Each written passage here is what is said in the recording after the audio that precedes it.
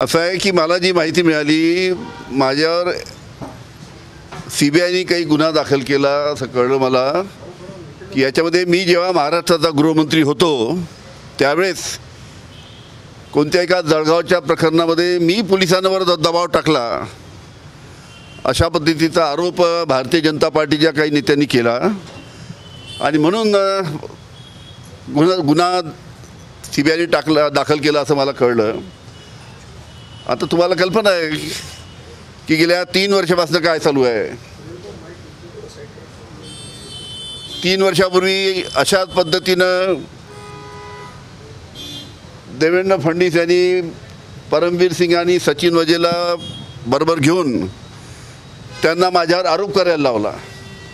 त्या दोघांनी माझ्यावर आरोप केला। आरोप केल्यानंतर त्याची चौकशी झाली। चौकशी झाल्यानंतर कोर्टामध्ये जेव्हा केस गेली, हायकोर्टामध्ये गेली, जस्टिस चांदीवालच्या कोर्टामध्ये गेली आणि तिथे सुनावणी झाल्यानंतर हायकोर्टाने निकाल दिला। 3 वर्षापूर्वीच्या केसमध्ये जस्टिस चांदीवालच्या कोर्टाने सांगितलं की अनिल देशमुखवर जे आरोप झाले त्याच्यामध्ये कोणतेही तथ्य नाही। अनिल देशमुखवर जे आरोप झाले त्यांचे कोणतेही पुरावे नाही